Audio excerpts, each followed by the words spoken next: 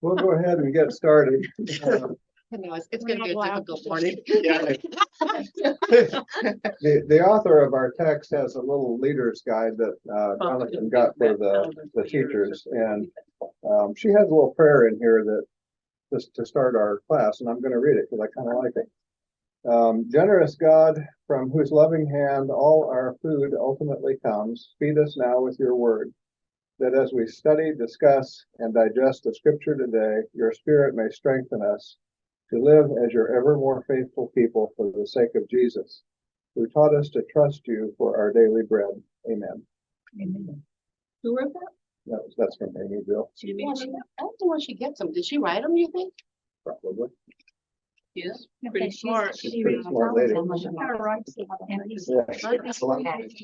Yeah. All right, so we're going to talk, we're talking about the book Signs and Wonders, and today we are going to talk about the feeding of the 5,000 as it's recorded in the book of Luke, and she says 5,000 or more because Matthew says there were also women and children, so it could have been more than 5,000. So this is chapter 3 in our book. Because we think they just counted the men. Huh? They just counted the men. They just counted the men, yeah. Well, that's what it says, is there were 5,000 men. We've talked about this before when we did the previous book on Mark, and Mark also has the account of the feeding of the 5,000. So I'm not going to go through a lot of the details. We're going to talk more about the things that Amy-Jill Levine kind of picks out I thought were interesting and try to generate some discussion based on that.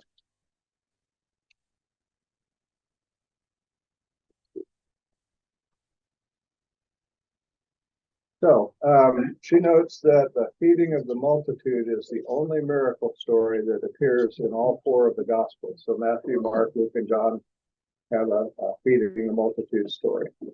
And my first question this morning, we've learned a lot about these, the authors of these books, whoever they might have been or were.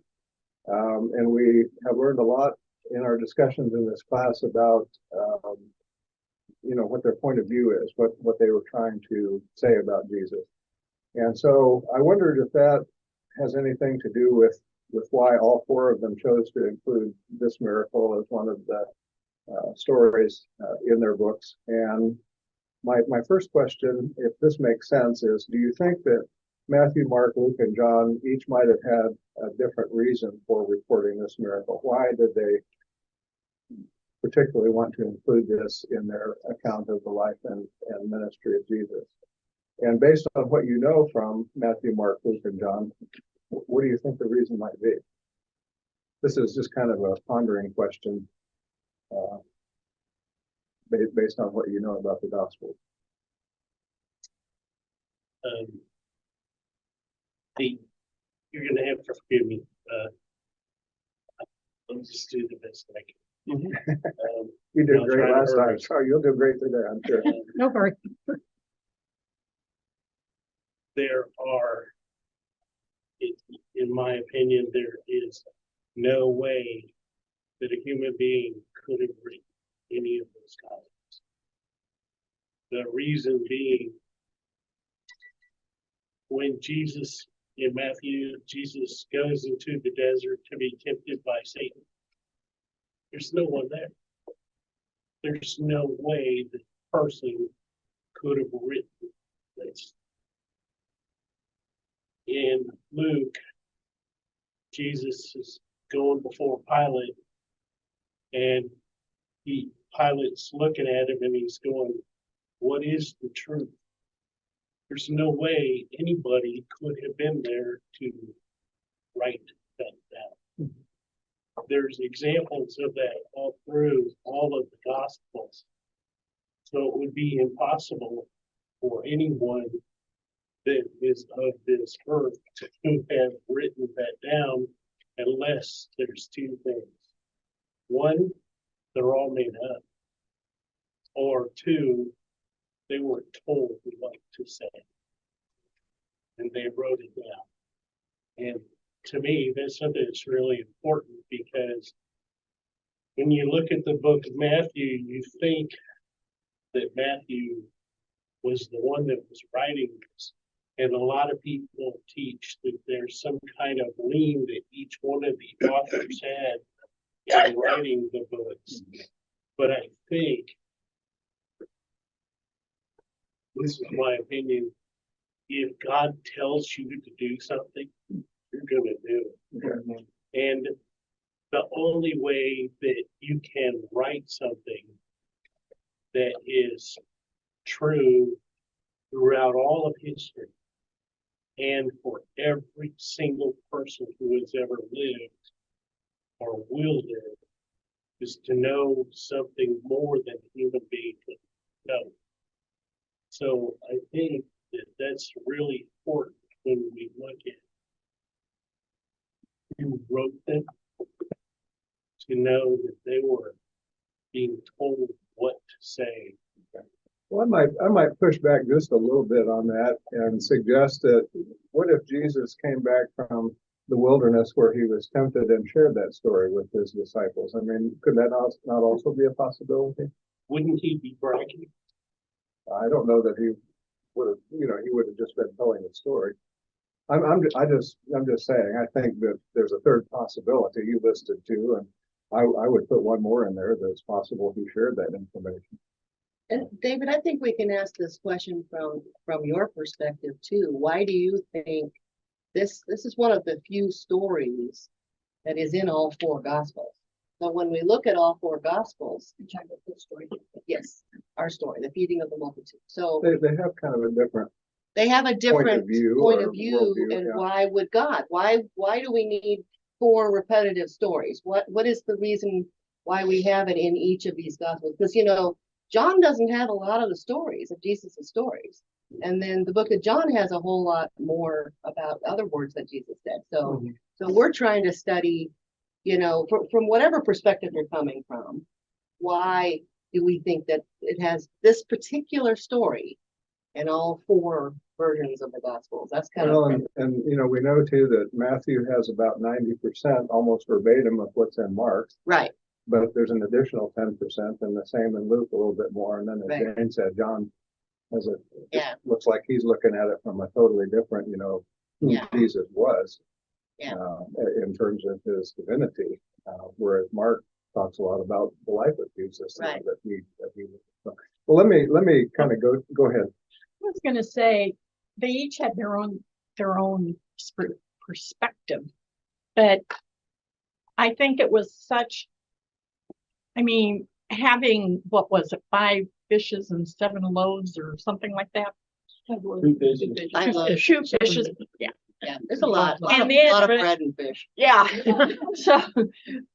So he took it and broke it all so that everybody was able to eat their fill. I think it was so astonishing that it really made an impact on each of them. Yeah. But then they told it with, Mark, it has to do with, revolution and, a revolutionary point of view and social justice.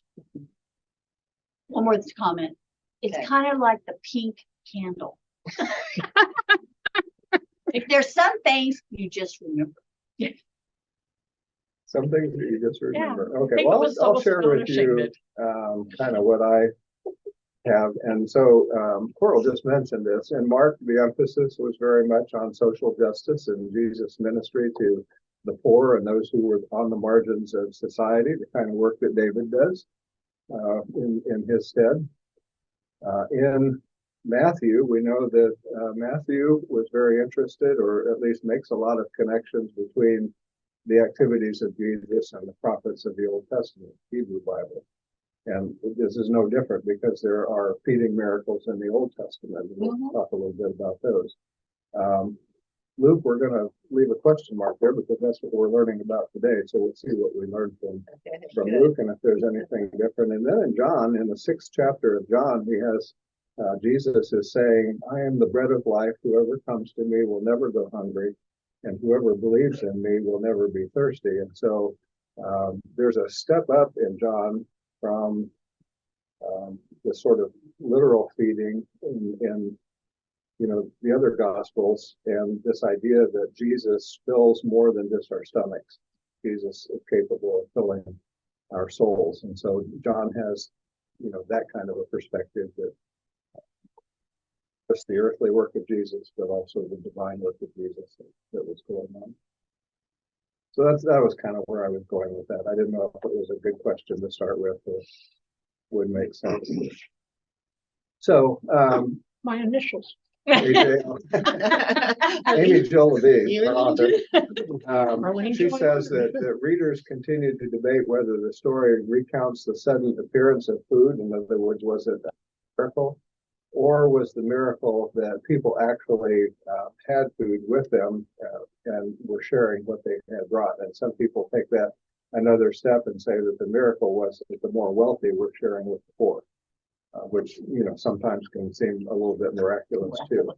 I'm not interested in debating which was the correct interpretation, unless you would like to share what interpretation ministers to you the most and why, and then I'll tell you where the second one, the ministry of sharing, where that interpretation came from, just because it's historically interesting.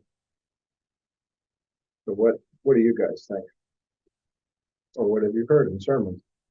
Well, I actually am kind of, I mean, obviously as a child, I thought magic happened, but I think as I've gotten older and maybe a little more aware of things, I do think people did bring out, they were kind of keeping it to themselves because that was all they had. And when they heard from Jesus, the ministry and all that, and then there was the sharing, I think people started doing it. Everybody brought out their own. I hadn't even thought about it being between rich and poor. But I do believe that poor people tend to share more than rich people. So I can see that point too. How would the people in Jesus' time have heard this story? Or let's say not the people in Jesus' time, but the people in the first century, the early Christian church. How would they have heard this? Hand me down. Hand me down. Oral tradition. Yeah. But I mean, Oh. What would be their interpretation? Would they think it's a literal miracle or a figurative miracle of some kind? Well, Amy-Jill, I was puzzled by this a little bit because that former view, which was absolute food destroyed, was what the people heard enough. I'd like to see that. Like Vanna. Yeah, so that's exactly right. She says those who heard the story in the early Christian church would have had no doubt. They would have heard this in terms of a true miracle. It was consistent with the stories that were in the Hebrew Bible in the Old Testament. And so Moses and the manna in the desert, that allowed the Israelites to survive. What's the story of Elijah and the widow? We've talked about that before. Yeah, kept her flour Yeah, so sort of the never-ending supply of flower flour. pot that it would always be full, because she shared with Elijah, and so God paid the favor back by making her to have perpetual food, I guess, or access to food. And then Elisha, the prophet who followed Elijah, had a food miracle or participated in a food miracle where he just had some rolls, a few things for himself, and out of that was able to feed 100 soldiers. So this, the people in Jesus' day or the early Christians would have just said, this is a miracle. We accept this as a miraculous event. The only thing is, for me, is if it had been people bringing out their food to share, maybe it wouldn't have been, I don't know, maybe that would be a big deal, people sharing their food because it was all they had. But I see as far as being in all four gospels, I can see the miracle of food being created. Yeah, that would be the bigger impact. Yeah, but absolutely. I'm not saying that that's necessarily true. Well, let me tell you where the second approach, the second interpretation came from. I wonder if it turned itself off. My captions are not working. Oh. Maybe I accidentally turned them off. Oh, we'll not worry about it for today. I was try to put subcaptions up on the slides today, so I did something wrong apparently. So it's called the rationalist explanation. It came about in the early 1800s, and the person who first developed this line of thinking was a theologian from Germany, from Heidelberg, whose name was Heinrich Paulus. No relationship to me. And Paulus was from a line of theologians who had emerged as rationalists, and they sought alternative explanations for some of the miraculous stories in the Bible that were, in their opinion, more rational and probably possible alternative explanations for some of the miracles. And so his explanation was the sharing story. That's what he developed.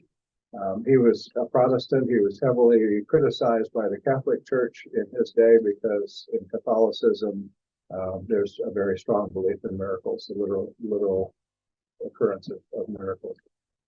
But if you don't like the second explanation, that's the guy that you can blame there. He started it. He started it.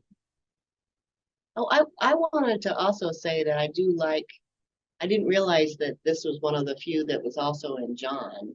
And the one thing about the book of John is that it's so symbolic in its words and in its meaning. So, the bread of life and, the still waters of Christ. So that, to me, that symbolism has made a difference for me in my life. It's like, I can see Jesus as the bread of life. I like that symbol, so whenever it's easy then, because when we take communion, we're not saying literally Jesus like the Catholics do, but it's that symbolism of what bread and wine mean to us.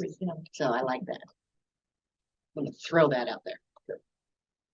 All right, just kind of a general question here again.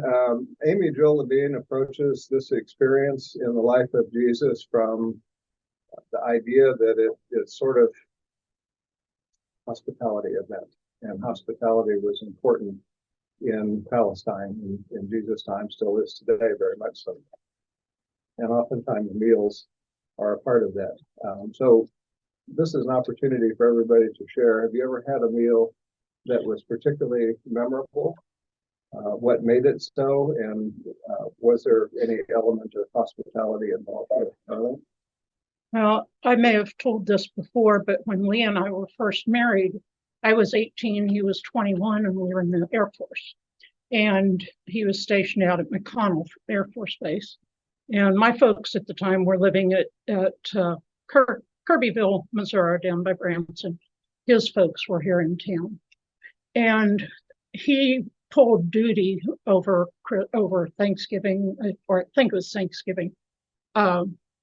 And so we weren't able to go home, and it was one of our first holidays away from family. And at that time, we were going to the church there in one of the churches there in Wichita. And Dave Shogar and Janet were in the congregation as well. And they invited us and a couple of other young families that weren't able to go home to their home for Thanksgiving dinner. And that touched us so deeply. And yes, definitely hospitality and sharing meals was very memorable and very important in our lives at that time.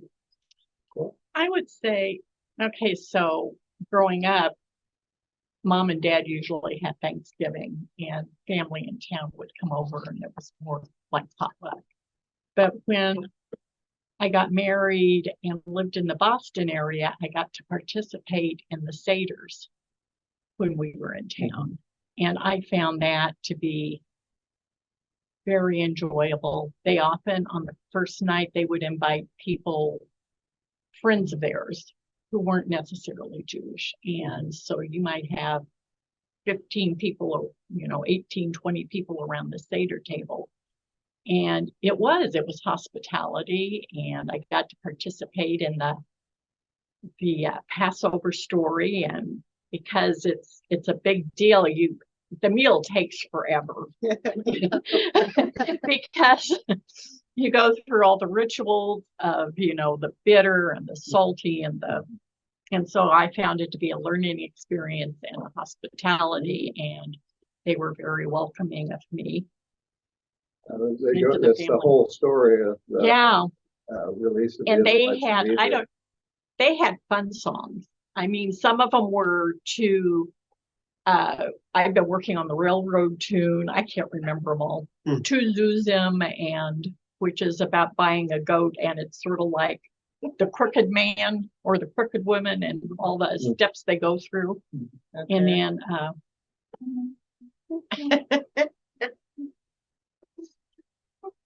I forget what the other one was, but I love that one too. I feel like in days gone by, we did a better job of having meals together and hospitality and so forth. Yeah. Jonathan would have known my grandmother Bennetts. She was the type of person that if you came over to the house even unannounced, if you just stopped by, you might not get a meal, but you'd certainly get a piece of freshly baked pie because she baked a pie every morning. So when we stayed with her, we always woke up to that smell, cherry pie or apple pie, whatever, whatever. Cherry, I love cherry. But for her, somebody coming over, everything else just stopped and the focus was on them, and they got fed something, she'd make them a sandwich or something. Yeah. It's just, those kinds of things in those days were very, very important. And I don't know that we maybe do as much of that. We need it back. Yeah. Well, and Eloise, I'll tell on you a little bit. I don't know if you began the tradition of the loaf. What was it called? Ham loaf that we have. Oh, the ham loaf. At Mission Road, we have ham loaf when we have potluck, and we literally fight for it. She had to make another one because we were like, I even fought your daughter one time because I was like, hey, you get it at home, But Back off. exactly. That's such a wonderful tradition. At We were Mission having a Road. potluck, and she made me a special one because I was on a 3-day, 60-mile cancer walk. Oh, she Um, made you one? She made me a little mini one. Oh, there we go. Okay. I'll never forget that. Eloise. Say, You brought up Eloise, we Cambo. need to talk. Jeremy? Well, when I taught in the Department of Biophysics in Lawrence, we would invite all the students who were not able to go home at Thanksgiving, the Indian students, and we had some pastors who were studying at the Baptist Theological Seminary and other people who were from Africa. And so we had a whole group of students and others at Thanksgiving, and generally we invited the Christmas songs. It was a holidays when they were out of school but were not able to go home. We did that one year. I had an African student from Cameroon who had no family in this area. He lived in Maryland before he came to school here. So we invited him over for Thanksgiving and taught him how to make gravy. That's cool. He thought that was fun. So while we're talking about this, as the social group, we've thought about reinstating dinners for 8. You guys remember when we had those years ago? Those were a lot of fun. But so around the table, would that be a thumbs up to try to put it together again? Thumb up. Yep. Thumbs up. Lots of I thumb- see lots thumbs of up. thumbs going up here. Thank you. Thank you, Karen. That was Karen, by the way. Oh. Well, that didn't take much convincing, did it? I know. Yeah. So Amy-Jill says that stories of food miraculously appearing would have had a particular appeal to the audience that was following Jesus that day. People who probably largely were in food, what we call today food insecurity. I would say hungry, but Yeah. food insecurity, I guess, is a little more modern term. And so how does the feeding miracle speak to us about God's kingdom, the plenitude of God's kingdom? She uses that term in her writing. And was that important? Why was that important? It tells us we don't have to be hangry all the time. Angry.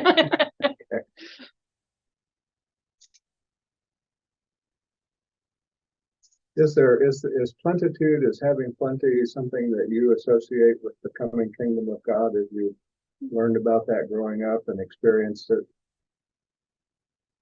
Never really thought about it as having plenty growing up, but yeah, it would give hope to those who were poor and, were always hungry or hangry. So Jesus has lots of, I'll say, several stories of the banquet feast Mhm. where people, particularly people with bargains, were invited in. Those who were invited all the time or don't show up for one reason or another. Yes, so there's stories where there's lots of food or celebrating. Well, if he can turn the water into wine, he ought to be able to multiply the fishes and bread. And that seems to be, like Dennis said, a very common theme in the Gospels. That, in God's kingdom, there will be enough for everybody. I know I've said this before, but I always enjoyed the movie. I think it was a play long before that, a musical, Finian's Rainbow. Oh, yeah. And one of the songs in the play or in the movie is the Great Come and Get It Day. Ah. Of course, the people in the movie are largely in poverty, Yeah. and they're thinking about what it's going to be like when the Great Come and Get It Day comes. That's what they're referred to it as. One more comment, something that keeps on going through my mind. To this is what Zion's all about. And, we share with each other, and there's always going to be enough, as long as we share with each other. I think going further, not just we'll have enough, but we'll have more than enough That we can because share. there was leftover fish. Yeah. It was like, it was, yeah, blessing upon blessing upon blessing. And, I don't know. I guess that was my whole thought. It's just to iterate. And Well, and that's kind of a mountaintop experience. I mean, we often felt that. And maybe you're right. Maybe that's what it is. More than enough and more for others and on and on. I agree. I don't know if anybody noticed or quite got my worship center last Sunday, but the theme was, how do you share your gospel? And I had put faith, hope, and love up there with Jesus in the center. And then I did symbols of everything that we do as a congregation, or most everything, with the toilet paper gathering and paper goods and the Christmas gifts and the school supplies and the little dresses and all. And afterwards, I went up when I was getting ready to tear it down, and I told Jane, I said, my meaning is through our faith, we offer hope and love to others. I got it. At a mission Isn't that the center. one that had the peanut butter up there? Yeah. Yeah. Because I thought it made me think Yeah, of Joyce said, the peanut butter drives. Joyce told me, knocked on the back of my shoulder and says, your worship center is making me hungry. I'm telling you, the mission center guy noticed it too, because twice now he's made comments about your center. So please know that they make a difference for us. All right, well, let's take a look at the account of the feeding of the 5,000 from Luke. This is the 9th chapter of Luke. And it begins with, on their return, the apostles told Jesus all that they had done, and he took them with him and withdrew privately to a city called Bethsaida. Now, why does Luke call the disciples apostles here? This is the first time that word has come up, and it's not a Jewish word, it's not a Hebrew word. It's from a Greek word. But the disciples are talking with Jesus, and they're giving an account of all of the wonderful things that happened, that they were able to heal people as Jesus had shown them. They were able to drive out demons and so forth. And so they were excited about the results of their journey that they had been sent on. And so now they're coming back from that journey, and Luke refers to them as apostles for the first time. It sets What do them you think apart that's- from other disciples. Okay. sets them apart from other Well, disciples. Jesus sent them out, which is, I think, awesome. You're absolutely right. And that was my next point here. The term apostle is from the Greek word apostolos, which means one who is sent off or an emissary. So Jesus had sent them out as representatives to preach and to perform healing and so forth. Prior to that time, they had been known as disciples, which is a word for student. So they were students. Now they have been sort of elevated to the place where they are giving ministry as well as Jesus.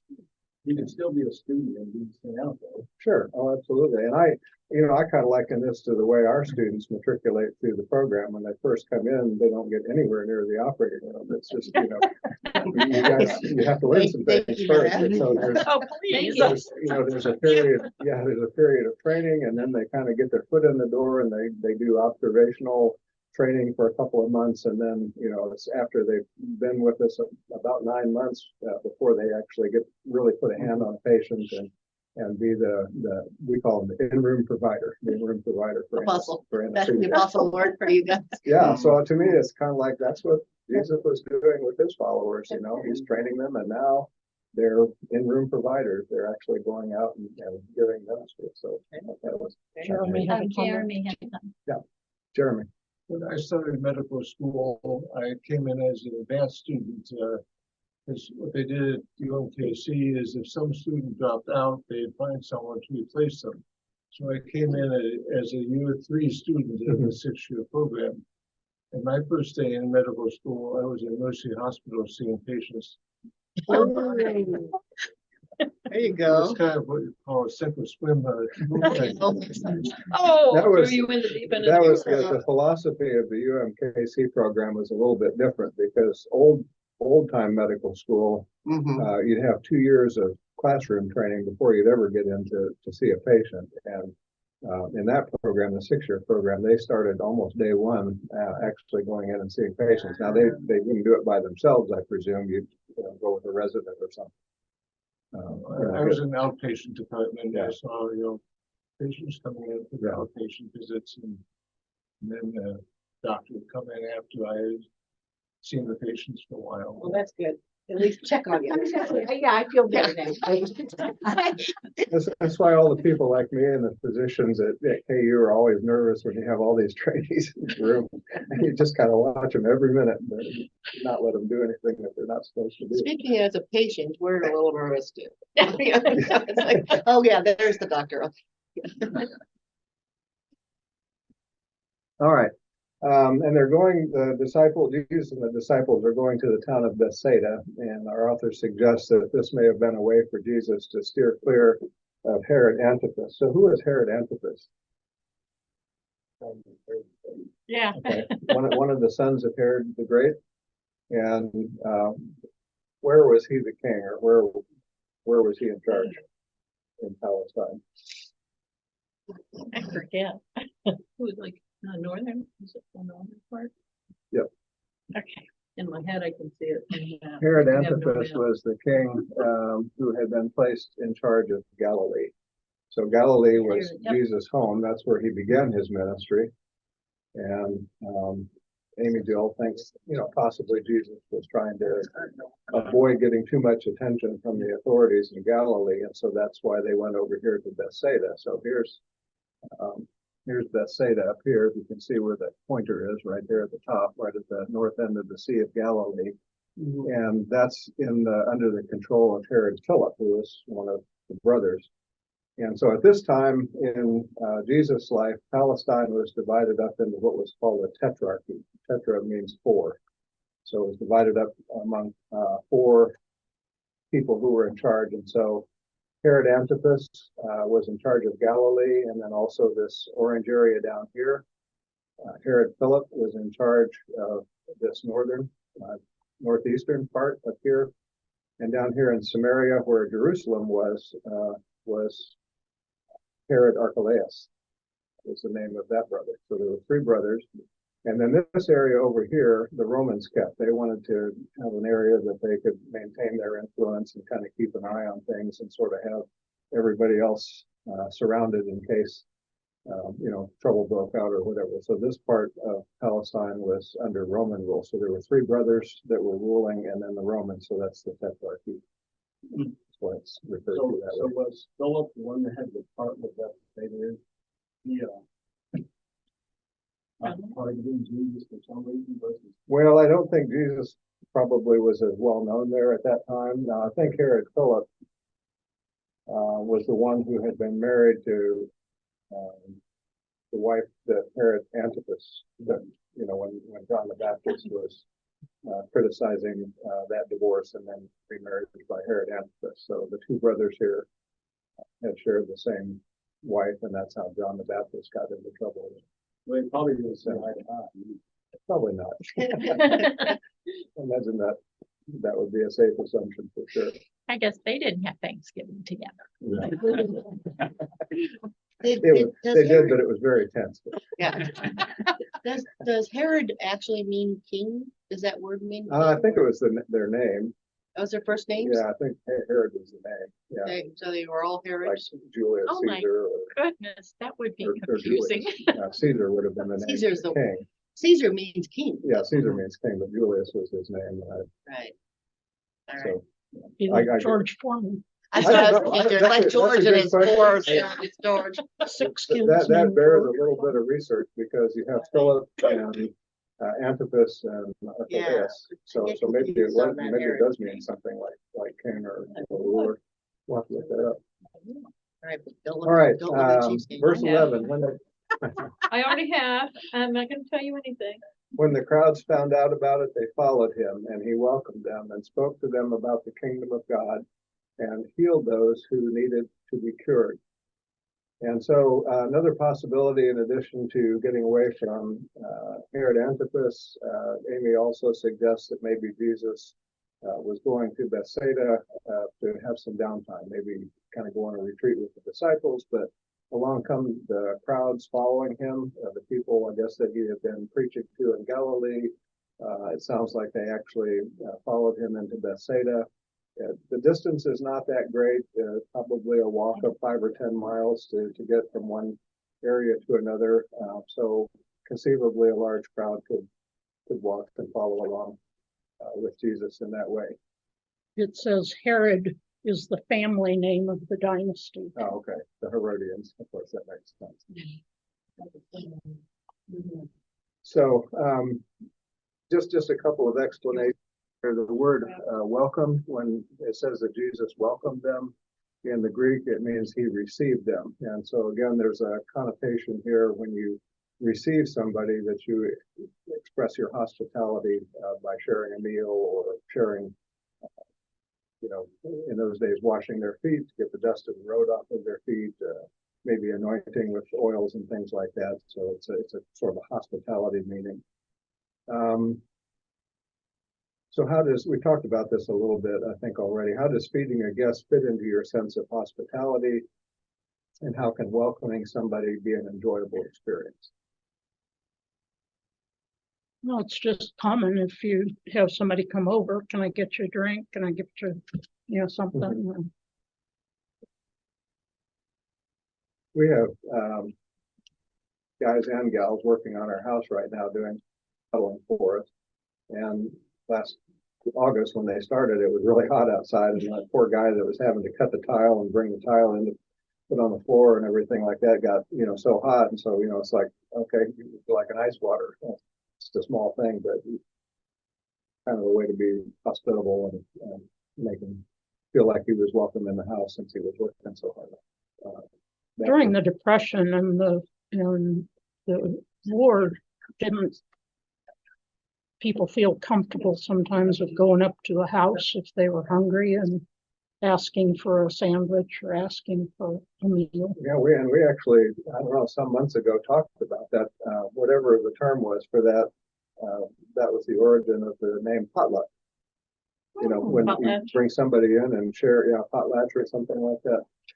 When you share with somebody who just comes up on your porch and needs a meal, that's where potluck came from. And so now we do that at church after church sometimes. But I hear that when they were riding the rails, what we consider hobos, they would mark, I read that they'd mark somewhere as to which houses they could go and get a meal. Yeah. Because evidently grandma's house was for my maternal grandmother.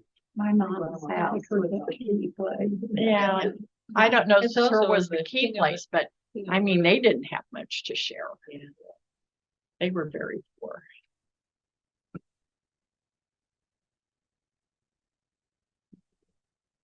So, Amy-Jill Levine identifies a pattern that is kind of going on with Jesus' activities.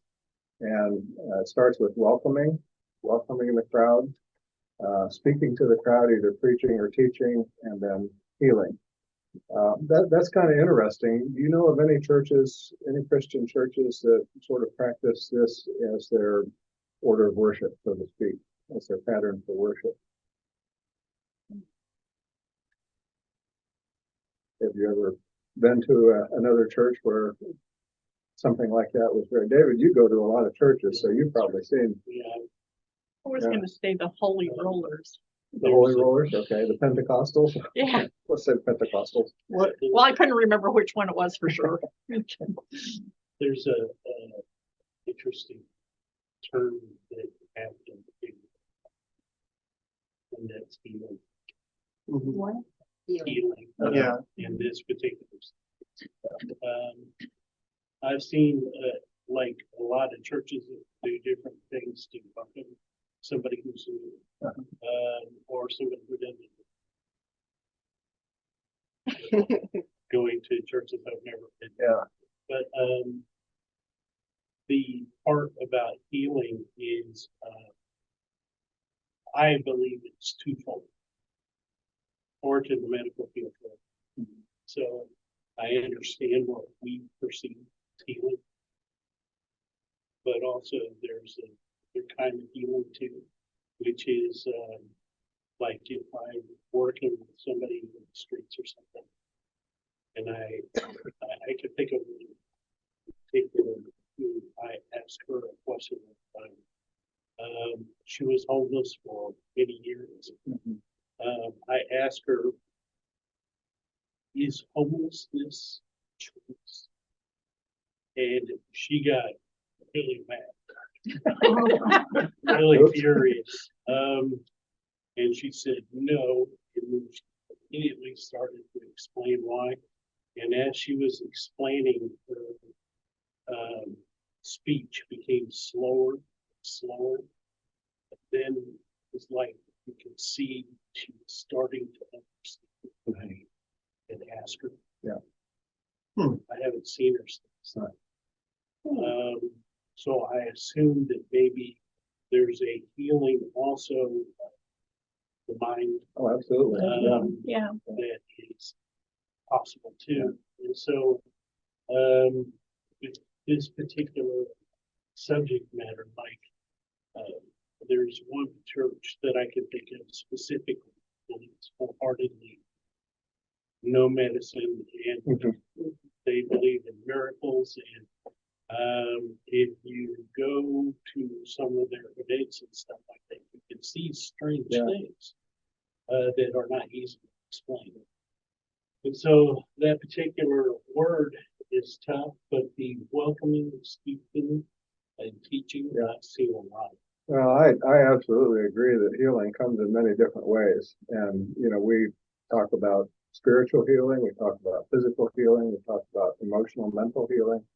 I was kind of thinking, if you've ever been to a Catholic Mass, Steve had us do this a couple weeks ago where we shared the sign of peace. So the liturgy, the Catholic Mass begins with sharing peace with each other.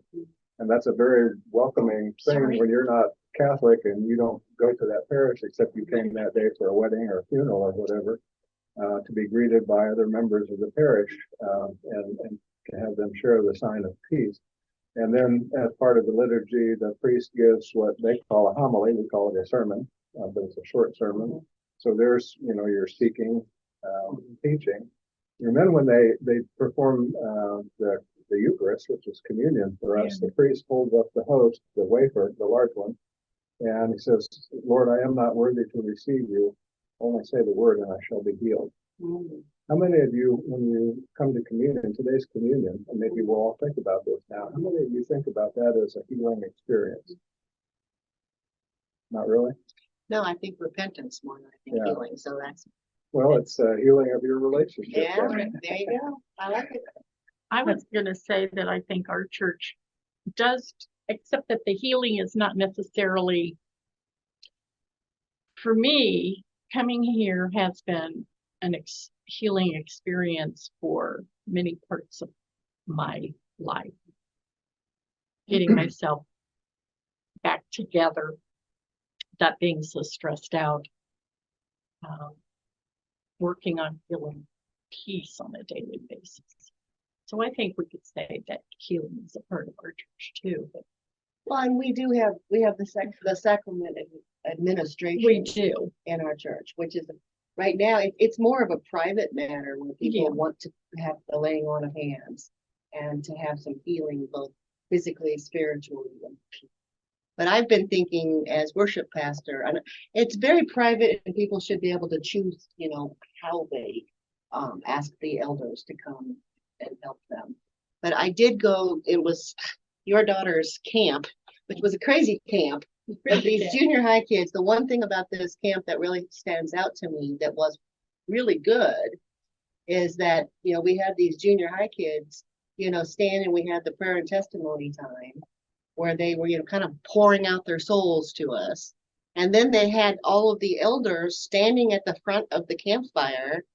And if the kids wanted to, they would walk up and we would administer to them and we would pray with them. And it was powerful. It was powerful. So I've been trying to figure out how to do that in a quiet manner. It is a powerful worship. moment. We don't, David, we don't have altar call in our church, the way a lot of churches do. I was thinking of my friend in Africa, Alfred Adu, who's an anesthesiologist, but also a pastor. And they have a very welcoming service. It's a Pentecostal church, and they have songs, and you just immediately feel like you're part of the group. And then Alfred gives a great sermon. He gives great ministry, and then they invite people to come up at the end who need healing. And he goes, there could be 30 people up there. He goes, each one touches them, anoints them with oil, and prays for them. Each one, and it's just a amazing experience. I'd like to find a way to incorporate that in our worship. There's something else too, I think that's really important is, a lot of times, because I go to different churches, I can see different things. It's really important for me because I have been given so much. When I see something, cannot underestimate and say this is just what this is. You have no idea what all is going on, especially if you're talking about God being involved in something that you can't see the whole thing. A lot of times it looks like it's just routine, or it's somebody being real enthusiastic at a particular time, but we have no idea what God might be doing. Right. And so to me, it's really important when we have those events or when we see those events, not to underestimate. Exactly. Yeah. Exactly. All right, well, moving ahead here, the day was drawing to a close, and 12 came to him and said, he said, let's see, the day was drawing to a close, and 12 came to him and said, send the crowd away so that they may go into the surrounding villages and countryside to lodge and get provisions, for we are here in a deserted place. So this is the 12 telling Jesus to send the crowds away, to release them. And Amy-Jill emphasizes that, everybody was tired, 5,000 people, that's a lot of people. So, let them go, but they're in a deserted place, which literally means, the Greek translation means they were in a desert. And she kind of picks up on that theme, that this relates a little bit to Moses, like the Israelites in the desert. And so they're kind of sharing that, again, Old Testament experience. How big is a crowd of 5,000 people? That's pretty good What does size. 5,000 people look like? Well, the auditorium holds 6,000. 5,800. Well, there you go. So that's what, To me that 5,000 people, somebody was I don't believe that only one mom in Israel told her, boy, hey, I think I need to. Not a Jewish mom. No. They also didn't have porta potties back then. yeah, well, yeah, she makes that Ooh. comment. I thought it was kind of funny. She said there were no fast food falafel trucks and no porta potty. So yeah, it's a big group of people. This is a lot of folks that have come out. And then if you listen to Matthew says it was 5,000 plus women and children. So could have been 10,000. Yeah, I was gonna say, that's a lot Probably more because Of the children. So Jesus turns to the disciples and he says, you give them something to eat. And they said, we have no more than 5 loaves and 2 fish unless we're to go and buy food for all these people. So rather than sending the crowd back to their homes, Jesus wants them to stay and he wants the disciples to feed them. So this kind of begs the question, why did he do that? And Levine talks about, well, one possibility is he kind of turns the gender roles on them around a little bit. Normally it's the moms who, provide the lunch for their families. And he says to the disciples, you guys go get them something to eat. You can do that. So, maybe that's a possibility that he was trying to teach them that true hospitality can be shared by both genders. It doesn't have to be my grandma Bennetts that's, inviting somebody in and offering a piece of pie and a cup of coffee or whatever. I can do that as well. Anyone can. And then they talk about the cost of that much bread and fish and so forth would be about 6 months' wages. So for Jesus to say, you go get them something, they probably thought this is impossible. We can't do this. So, with Jesus, everything's going to be possible, but they're limited by their faith in that moment as to what might actually happen. Oh, I wanted to show you a picture of Palestinian bread. Robin? The feeding of 5,000, there's another instance of this in the Bible. And what kind of struck me in the second occurrence, I'm not sure which occurrence we're talking about right here, was I've done this before, guys. And so I thought that was interesting because do you doubt me? I've done this before. Yeah. So yeah. It kind of That's gives weight to it was a miracle. That's an excellent point. It's they should have been expecting this by now rather than seeing this as something really unusual or unbelievable.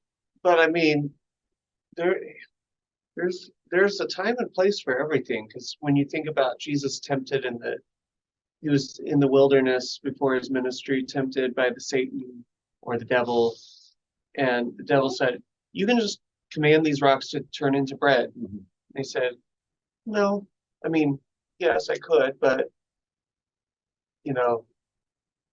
there's not in response to temptation though. I mean, there could be yeah. a good purpose for that, but yeah, I agree. I mean, I think in that moment he was telling Satan, I'm not going to do Man that. does not live by bread alone. Yeah. So And he had gone to fast. He had gone to fast. Yeah. So As my brother used to say, man does not live by bread alone, he must have peanut butter. Anyway, this is what Palestinian, these are 2 types of Palestinian breads. The ones that are actually rolls look more like big bagels, and I wonder if that's where maybe bagels originated. But the flatbread has whole wheat, and they're very large. When I was in Saudi Arabia, every grocery store had them, and they're not really packaged up in a plastic wrap. They just sit out in the open, and people come and grab how many they want to buy for dinner that day, and take them up to the cashier. There was a thing on Facebook here a while back that showed it, how they were making it, and just so fast that they put it on there. Yeah, so when I hear loaves in the Bible in the New Testament, I think of the big flatbreads because that's what I saw so much of when I was over there. Is that called naan? It's like naan, but it's, Bigger? there's another name for it, cahoon or something like that. It starts with a T. I can't remember now. Yeah, man, naan comes out of India, I believe, because Yeah, it's made with ghee. yeah, that's right. So naan is Indian. Pita, I don't know where the like pita bread that we buy for, you know, if we're gonna have a Middle That's Eastern. Mediterranean area. Mediterranean.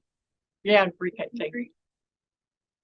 All right, so we have the 5,000, and he said to his disciples, make them sit down in groups of about 50 each, and so they did so. I guess the implication is that by dividing people into groups, you have some degree of organization. That's, again, it's a lot of people to deal with. Amy-Jill says this was the original Salvation Army. You know, you go to the you know, She's the so food funny. centers, and they have tables all set out for people, large tables. That kind of helps with the serving and the organizing. And taking the 5 loaves and 2 fishes, he looked up to heaven and blessed them and broke them and gave them to the disciples to set before the crowd. There's kind of an image of, again, a minister blessing the bread at communion or the Eucharistic meal as it was being practiced in the early church. And so there's a way that early Christians would have related to the story based on the actions of Jesus there. I don't think we'll talk about that. We're getting a little short on time here. Jesus or AJL talks about the story as a foretaste of the Messianic banquet. And then there's a couple other places in Luke where this is alluded to. One is Mary when she's been visited by the angel and told what's going to happen with the birth of John the Baptist and Jesus. She says, he has filled the hungry with good things. And then from Luke, the Sermon on the Plain, which is like the Sermon on the Mount, blessed are the hungry, for they shall be filled. And so this Messianic banquet again is kind of the idea that God is going to take care of God's people. And so everything was eaten and everybody was filled up, and what was left over was gathered up, and there were 12 baskets of broken pieces. And this is, Robin has to leave, but this was kind of what she said a few minutes ago was, why did they think it was a big deal? You know, it doesn't say that they rejoiced or that there was excitement over all of this, and yet they just seen, you know, miracle taking place. And so Luke kind of acts like, oh, this is just everyday occurrence. You know, this is Jesus doing what Jesus does. That's interesting. All right. And that's all I have for this week, unless there's any other comments. The next time we meet, and I'm not sure when that's going to be for class. Right. Next week, we're going to try to have a congregational, kind of the first priesthood / congregational meeting during the class period to kind of talk about some of the scriptures that the World Church has in mind. And I'm working with different priesthood member to get that going. And then the 19th is the business meeting. So it's not going to be, I think, until end of November that we all get together in class. So bear with us. We're going to try to fill out it right now. So we go to chapter 4. So next one will be Chapter 4. chapter 4. It's called, the title is A Bleeding Woman and a Dead Girl.